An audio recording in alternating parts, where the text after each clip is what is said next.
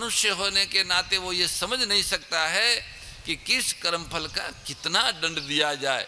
इसका पूरा ज्ञान केवल अंतर्यामी को ही होता है, भगवान को इसका पूरा पता है। अतः उनके कानून के अनुसार उन पापों का फल यहाँ जितने अंश में कम भोगा है उतना इस जन्म में यहाँ मरने के बाद फिर भोगना पड़ेगा। इसलिए मनुष्य को ऐसी शंका नहीं करनी चाहिए कि मेरा पाप तो कम था पर दंड अधिक भोगना पड़ा। नहीं, पता नहीं किसी जन्म के कर्म का फल होगा। कहीं सोचते हैं कि हमने तो पाप किया ही नहीं फिर भी हमको दंड मिला। अरे आपने पाप किया या नहीं किया ये आपको ज्ञात है क्या? आपके ज्ञात है वो तो आप जानते हो, उसका प्रायश्चित भी कर सकते हो। पर जो अज्ञात है वो कौन से पाप है?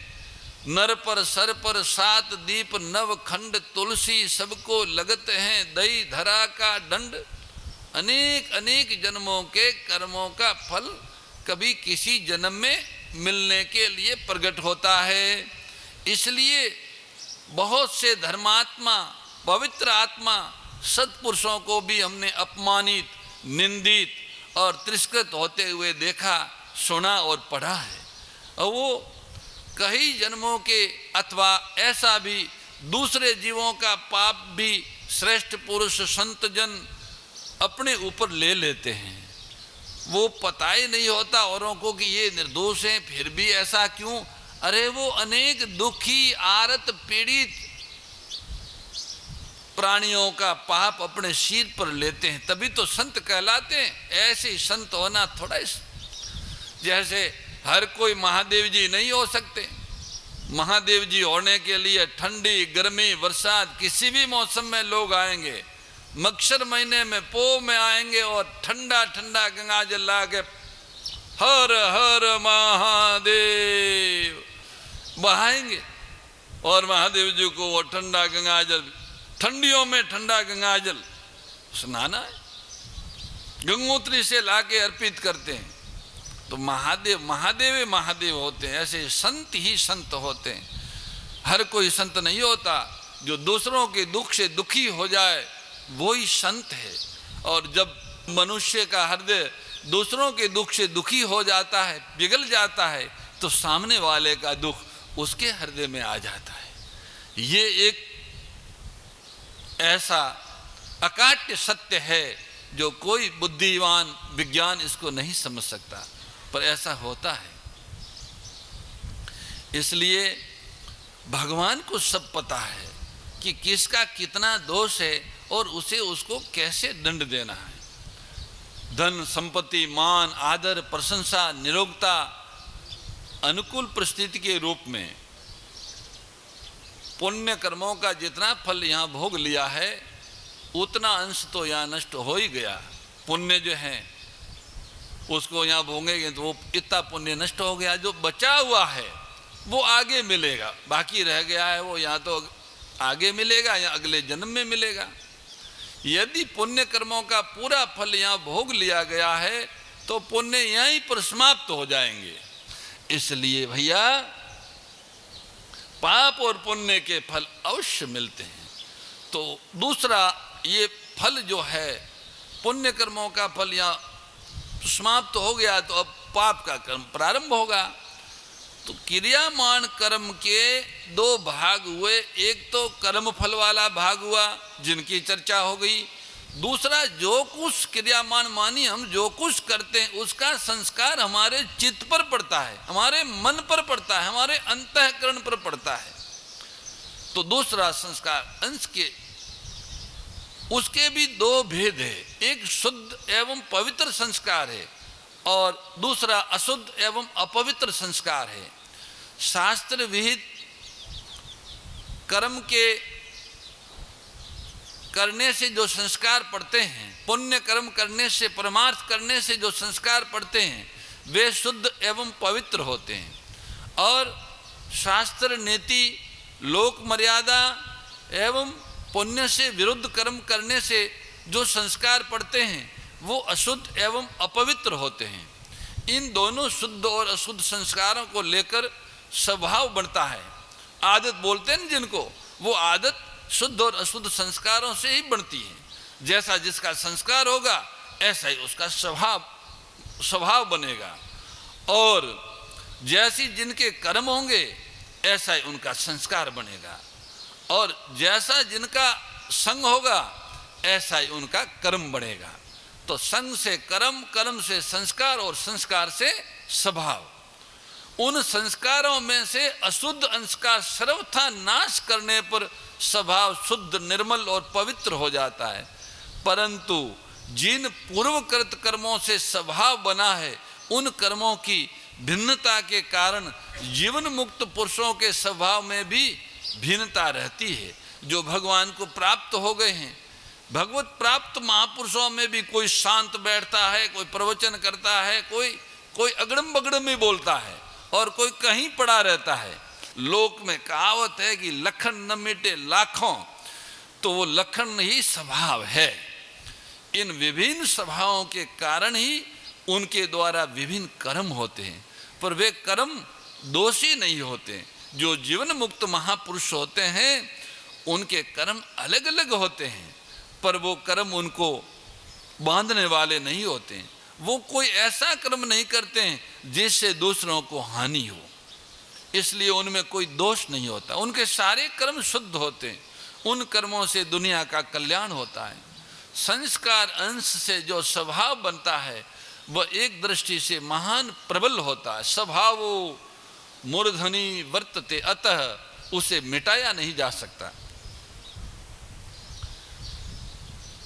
भूमि में रहना पसंद करता, ये कहते हैं कि व्याघ्र घने वन में संतुष्ट रहता, बाघ सिंह गहन गुफा का सेवन करता है, हंस खिली हुई कमलिनी को चाहता है, मानी जहाँ कमल खिले हुए उस सरोवरों को हंस पसंद करते हैं। गिद्ध शमशान भूमि में रहना पसंद करते हैं।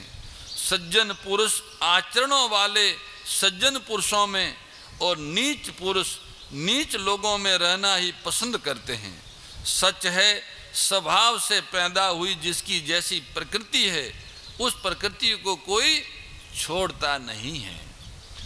इसी प्रकार ब्राह्मण, क्षत्रिय आदि वर्णों का जो स्वभाव है उसमें कर्म करने की मुख्यता रहती है। इसलिए भगवान ने अर्जुन से कहा कि जिस कर्म को तुम मोहवश नहीं करना चाहता है उसको भी अपने स्वाभाविक कर्म से बंधा हुआ परवश होकर करेगा। अब इसमें विचार करने की बात एक है कि एक और तो स्वभाव की महान प्रबलता है, उसको कोई छोड़ नहीं सकता, और दूसरी ओर मनुष्य जन्म के उद्योग की महान प्रबलता है, पुरुषार्थ की। मनुष्य सब कुछ करने में स्वतंत्र है। ये मनुष्य के पास एक शक्ति पुरुषार्थ की है और दूसरी दुर्बलता स्वभाव की है। अतः इन दोनों में किसकी विजय होगी और किसकी पराजय होगी, इसमें विजय पराजय की बात नहीं है। अपनी अपनी जगह दोनों ही प्रबल है, परंतु यहाँ स्वभाव न छोड़ने की जो बात है वह जाति विशेष के स्वभाव की बात है। तात्पर्य है कि जीव जिस वर्ण में जन्मा है, जैसा रजवीर्य था उसके शरीर के निर्माण में, जैसे रजवीर्य से उसके अनुसार बना हुआ जो स्वभाव है, उनके माता पिता दादा दादी वो आनुवांशिक संस्कार रज और वीर्य में रहते हैं, उसके अनुसार उनका स्वभाव है, उसको कोई बदल नहीं सकता। अतः वह स्वभाव दोषी नहीं है, निर्दोष है। जैसे ब्राह्मण क्षत्रिय आदि वर्णों का जो स्वभाव है वह स्वभाव नहीं बदल सकता और उसको बदलने की आवश्यकता भी नहीं है, तथा उसको बदलने के लिए शास्त्र भी नहीं कहता। परंतु उस स्वभाव में जो अशुद्ध अंश है, राग और द्वेष है, अच्छा और बुरा है, उसको मिटाने की सामर्थ्य भगवान ने मनुष्य को दी है। अतः जिन दोषों से मनुष्य का स्वभाव अशुद्ध बना है, उन दोषों को मिटाकर मनुष्य स्वतंत्रता पूर्वक अपने स्वभाव को शुद्ध बना सकता है। मनुष्य चाहे तो कर्मयोग की दृष्टि से अपने प्रयत्न से राग द्वेष को मिटाकर सेवा द्वारा स्वभाव को शुद्ध बना ले, चाहे भक्ति योग की दृष्टि से सर्वथा भगवान के शरण होकर अपना सब कुछ भगवान को अर्पित करके स्वभाव को शुद्ध बना ले। इस प्रकार प्रकृति की प्रबलता भी सिद्ध हो गई और मनुष्य की स्वतंत्रता भी सिद्ध हो गई। तात्पर्य ये हुआ कि शुद्ध स्वभाव को रखने में प्रकृति की प्रबलता है और अशुद्ध स्वभाव को मिटाने में मनुष्य की स्वतंत्रता है। जैसे लोहे की तलवार को पारस छुआ दिया जाए तो तलवार सोना बन जाती है, परंतु उसकी मार, धार और आकार ये तीनों नहीं बदलते हैं, वो वैसे के वैसे रहते हैं। इसी प्रकार सोना बनाने में पारस की प्रधानता रही और मार, धार, आकार में तलवार की प्रधानता रही। ऐसे ही जिन लोगों ने अपने स्वभाव को परम शुद्ध बना लिया है उनके कर्म भी सर्वथा शुद्ध होते हैं, परंतु स्वभाव के शुद्ध होने पर भी वर्ण, आश्रम, संप्रदाय, साधन, पद्धति, मान्यता आदि के अनुसार आपस में उनके कर्मों की भिन्नता रहती है। जैसे किसी ब्राह्मण को तत्वबोध हो जाने पर भी वह खान पान आदि में पवित्रता रखेगा और अपने हाथ से बनाया हुआ भोजन ही ग्रहण करेगा, क्योंकि उसके स्वभाव में पवित्रता है। परंतु किसी साधारण वर्ण वाले को भगवत प्राप्ति हो जाए तो वो खान पान आदि में पवित्रता नहीं रखेगा और दूसरों की जूठन भी खा लेगा, क्योंकि उसका स्वभाव ऐसा ही पड़ा हुआ है। पर ऐसा स्वभाव उनके लिए दोषी नहीं होगा। जीव का असत के साथ संबंध जोड़ने का स्वभाव अनादिकाल से बना हुआ है, जिसके कारण वह जन्म मरण के चक्कर में पड़ा है, बार बार ऊंच नीच योनियों में जाता है। उस स्वभाव को मनुष्य शुद्ध कर सकता है, इसीलिए मनुष्य शरीर मिला है। उसमें जो कामना, ममता और शरीर के साथ मैं मेरापन का संबंध है उनको मिटाया जा सकता है। कामना, ममता और आसक्ति मिटने के बाद जो स्वभाव रहता है वह स्वभाव दोषी नहीं रहता, इसलिए उस स्वभाव को मिटाना नहीं है, मिटाने की आवश्यकता भी नहीं है। केवल स्वभाव के अंदर जो दोष है उसको मिटाना है। जब मनुष्य अहंकार का आश्रय छोड़कर सर्वथा भगवान के शरण हो जाता है तब उसका स्वभाव शुद्ध हो जाता है। जैसे लोहा पारस के स्पर्श से सोना बन जाता है, ऐसे ही अहंकार को छोड़ के भगवान की शरण होने वाला मनुष्य का स्वभाव शुद्ध बन जाता है। स्वभाव शुद्ध होने पर वह स्वभावज कर्म करते हुए भी दोषी और पापी नहीं बनता है। सदन आदि कसाई का कर्म करते हुए भी वे दोषी और पापी नहीं बने, क्योंकि वो सर्वथा भगवान के शरण होके अपने राग द्वेष रहित स्वभाव में पहुंच गए। सर्वथा भगवान के शरण होने के बाद भक्त का प्रकृति के साथ कोई संबंध नहीं रहता। फिर भक्त के जीवन में भगवान का स्वभाव काम करता है। भक्त का स्वभाव नहीं, भगवान समस्त प्राणियों के सुहृद है, सुहृदम सर्वभूतानाम। तो भक्त भी समस्त प्राणियों का सुहृद हो जाए, उनका स्वभाव सबका हित करने हो जाता है। सबको, जैसे भगवान सबका भला चाहते हैं, भगवान सबका हित चाहते हैं, भगवान सबका कल्याण चाहते हैं, ऐसे ही जो भगवान का भक्त होता है उनका स्वभाव भी उनका अपना न होके भगवान का स्वभाव बन जाता है। वह भी सबका भला चाहता है, सबका कल्याण चाहता है, सबका हित चाहता है। सुहृद सर्वदेही नाम, सारे देहधारियों का वो सुहृद बन जाता है, हितैषी बन जाता है। इसी तरह कर्म योग की दृष्टि से जब मनुष्य राग द्वेष को मिटा देता है तब उसके स्वभाव की शुद्धि हो जाती है, जिससे अपने स्वार्थ का भाव मिटकर केवल दुनिया के हित का भाव शब्द हो जाता है।